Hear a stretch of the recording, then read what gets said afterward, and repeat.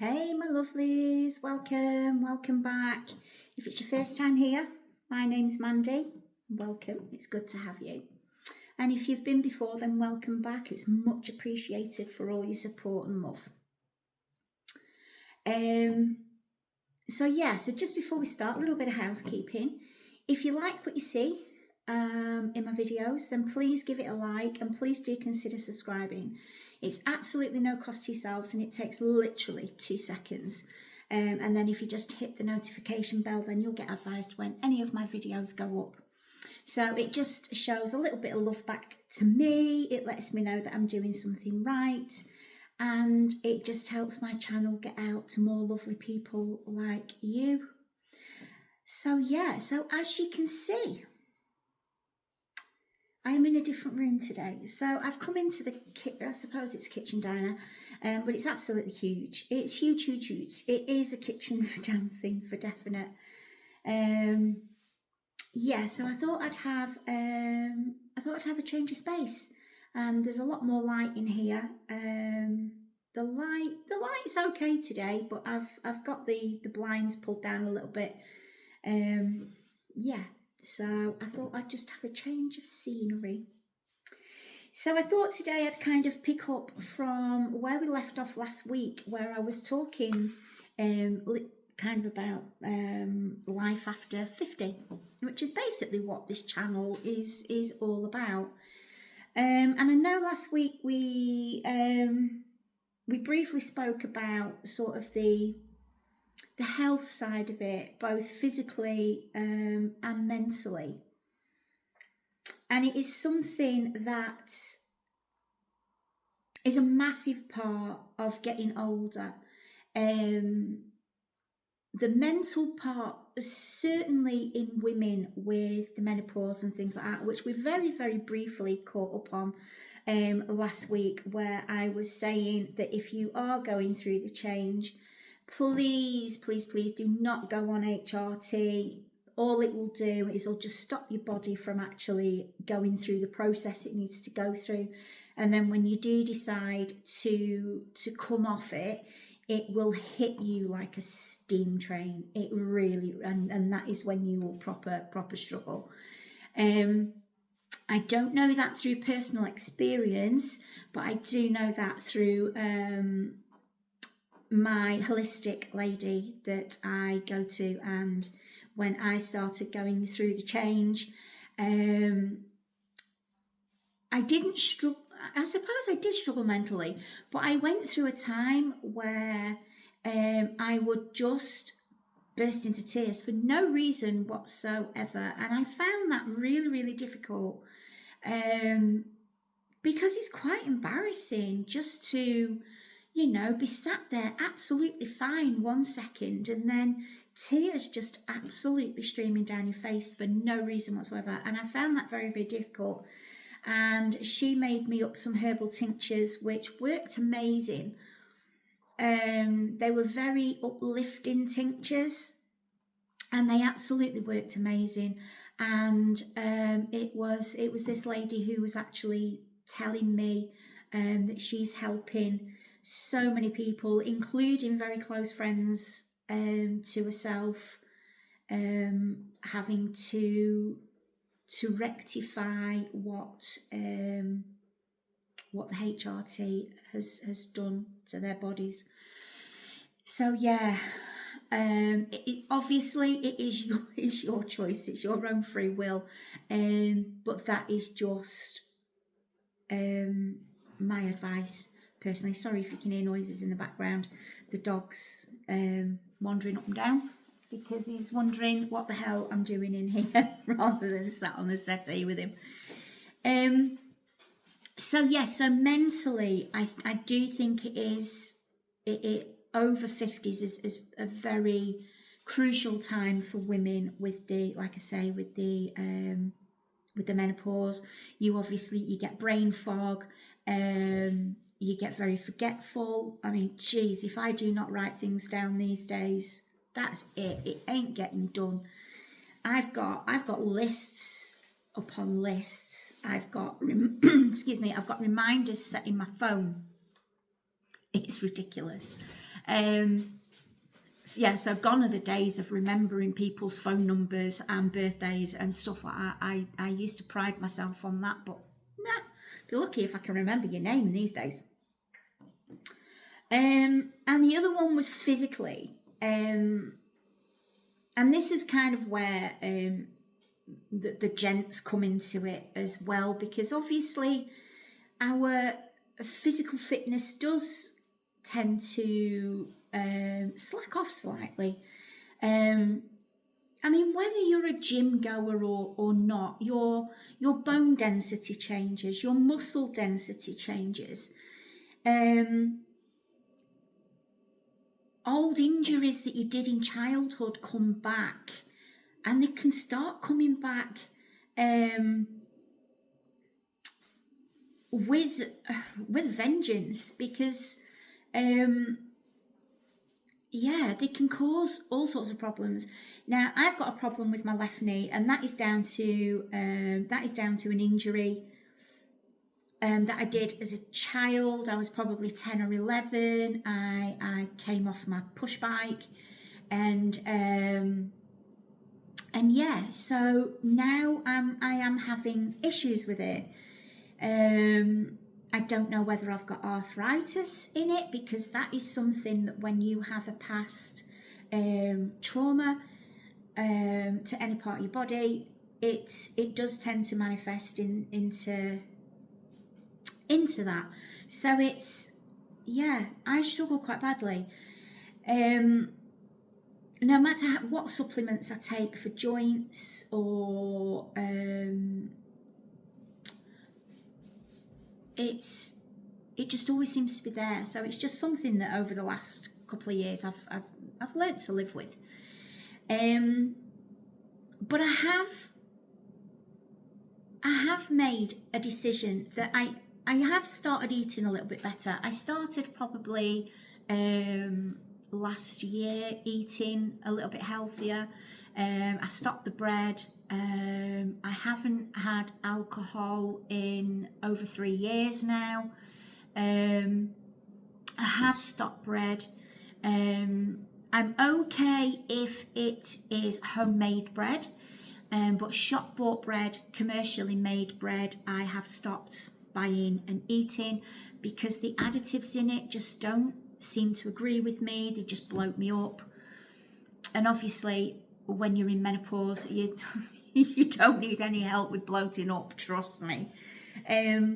So yeah, so that's all stopped. I have cut down on pasta quite a bit. I have cut down on things like pizzas, although I do have the odd one now and again. So yeah, so I've consciously made a decision to try and eat healthier, and if I have snacks, I am making them healthier. I've cut down on sugars. I am trying to cut sugars out. At the moment, I've cut them down, so I am doing something about it. And this last couple of days, I've also looked into getting back to going and doing exercise. I absolutely love swimming. I absolutely love it. But it was just always finding it difficult to fit it in. And certainly since sort of Dad came back just over 12 months ago, 13, 14 months ago, whatever it was, I found it hard, because after work I've had to go in and get him settled for the night and make his tea. Sorry, just going to have a slurp of coffee. So, sorry, just laughing at the dog. He's just gone and got in his bed and he's just like, okay. So yeah, I just found it really, really hard to fit in. And it's also finding somewhere close by that has a pool that you've not got 900 other people swimming around with you. You know, I don't get a swimming costume on just to go and sit in the corner of the pool and lay back on the edge and kick my legs. If I'm going to go, I'm going to go, and I'm going to get lengths in, and I'm going to do as many lengths as I can. And once I've got my stamina built up, then I'll try pushing it, and I'll start timing myself. But it's a long time since I've actually done any kind of serious exercises other than, you know, walking the dog a couple of 2 or 3 times a week, which is, you know, we're out for literally 20 minutes, half an hour max. And I do have quite a sedentary lifestyle because I'm sat at a desk. So creating cards all day, I am sat at a desk. So I have also made the conscious decision that when I move, that I am revamping my craft room. I can't do my full-on new craft room because obviously my dad is still with us, and the room that he has, he's quite a big room, so he has his bed in there, he has a chair, his TV, his music, his computer, and everything. So he's kind of set up in a little bed sit, and he's very happy in there. It was his choice.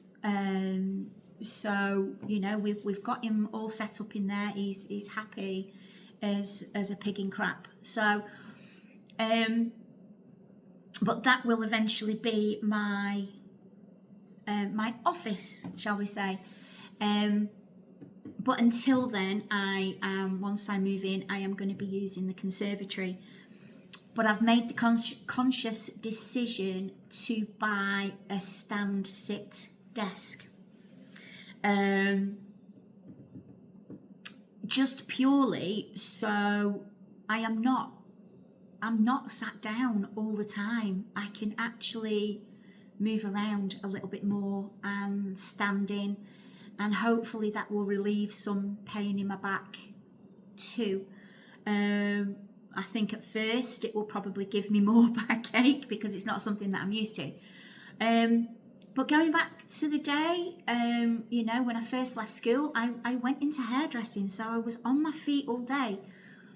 And it's only since I have had sit-down office jobs that I find that my back problems have come in, and my weight issues have come in. Up until then, nothing. I was absolutely fine.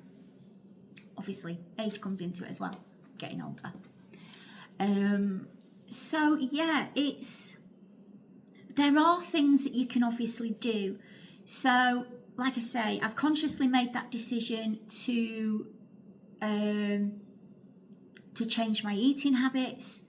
I eat earlier in the day as well, so I'm actually having my tea sort of 4 o'clock ish, rather than eating at 6 or 7 o'clock. And I'm finding that is working better for me. So I'm cutting out certain things. I'm eating a lot better than I was. And I've now made this decision to go and get some exercise. So yesterday I spent quite a bit of time looking into places around me where I could go and do that, where I could go and have a swim. I can also take part in sort of aqua aerobics. They also have a gym. I used to go to a gym. I used to go with the ex-husband, and we used to go 3 or 4 times a week. And it was an okay gym because the room where all the meatheads went was kind of sectioned off from the rest of it. So it didn't make others who weren't that anal about their exercise, it didn't make them any worse. And it was quite nice, and it had a pool. And more often than not, I just used to go and get some lengths in, and then, you know, you go chill out in the jacuzzi and the steam room and what have you, and it was lovely. And obviously with the issues that I have now with back and knee, doing exercise in water is a lot more supportive, and it's a lot less impact. So for those who are thinking of it,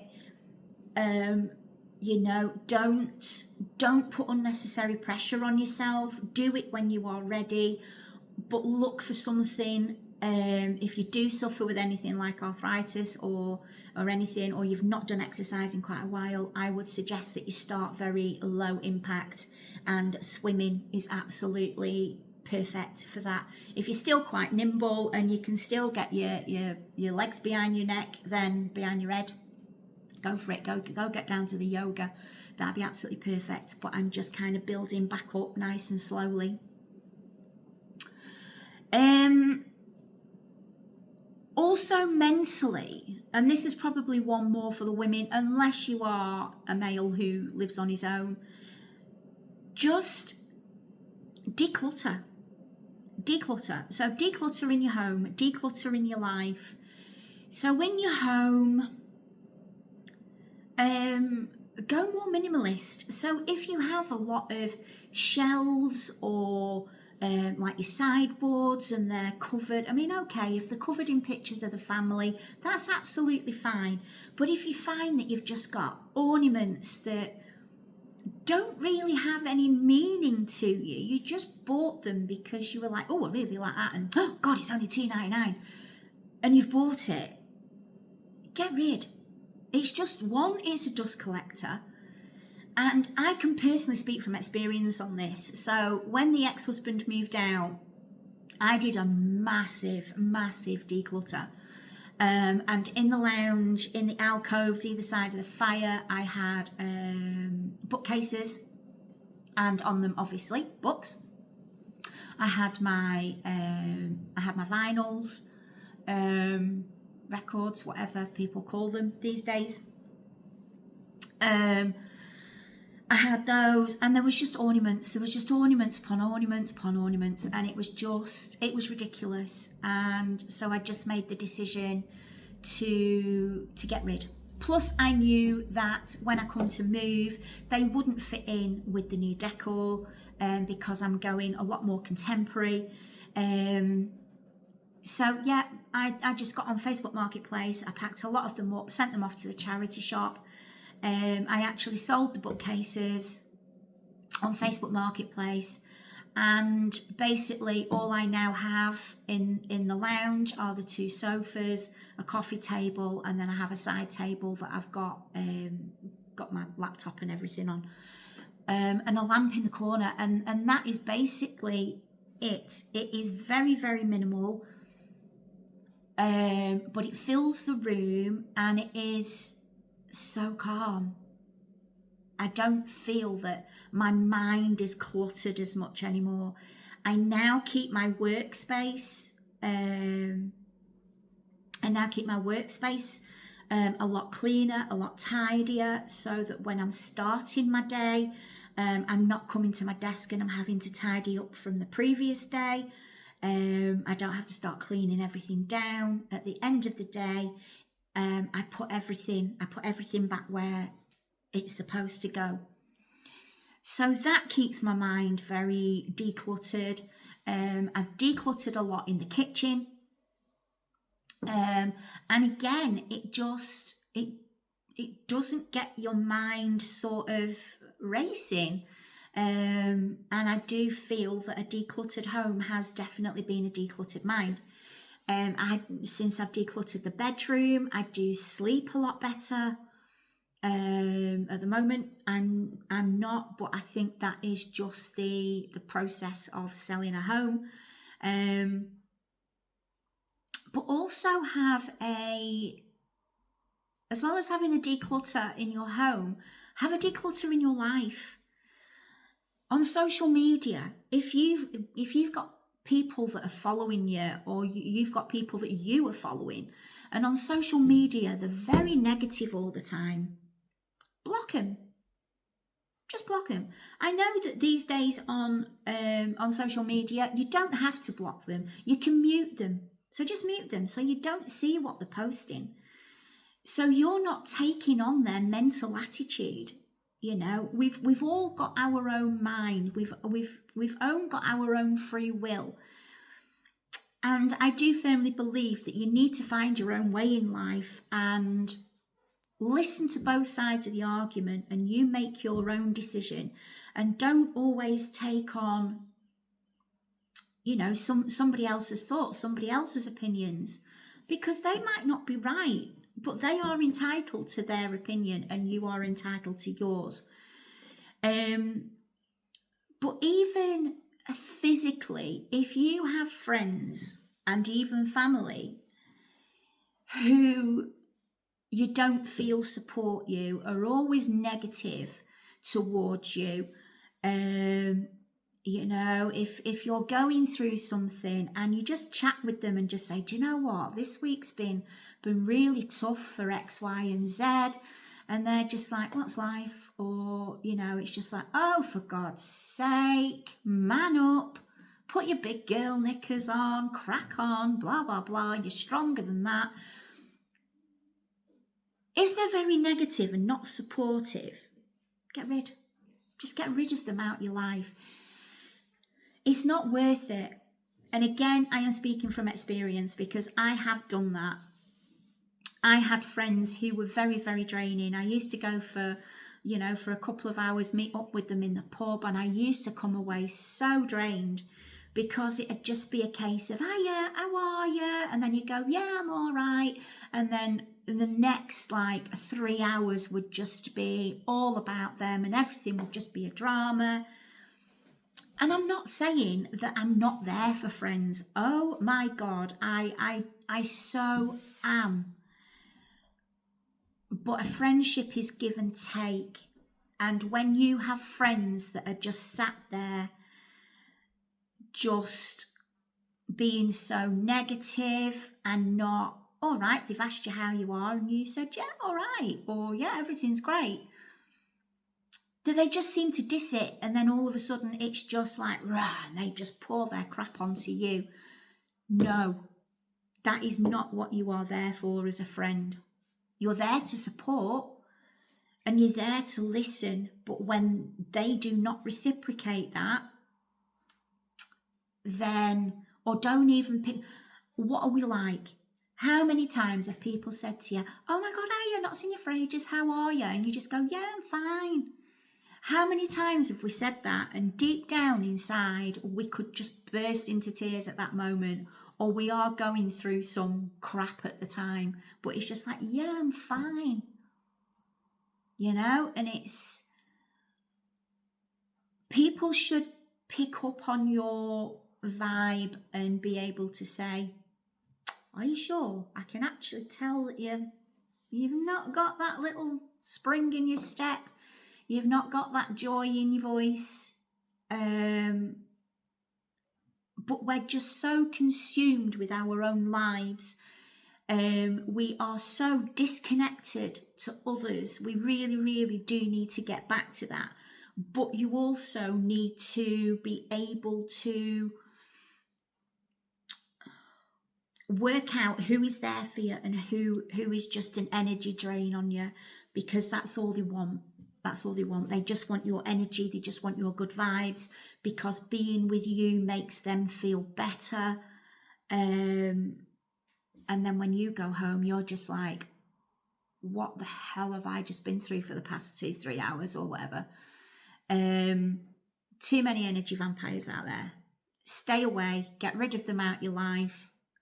Mute them on social media, or block them on social media, unfriend them on social media.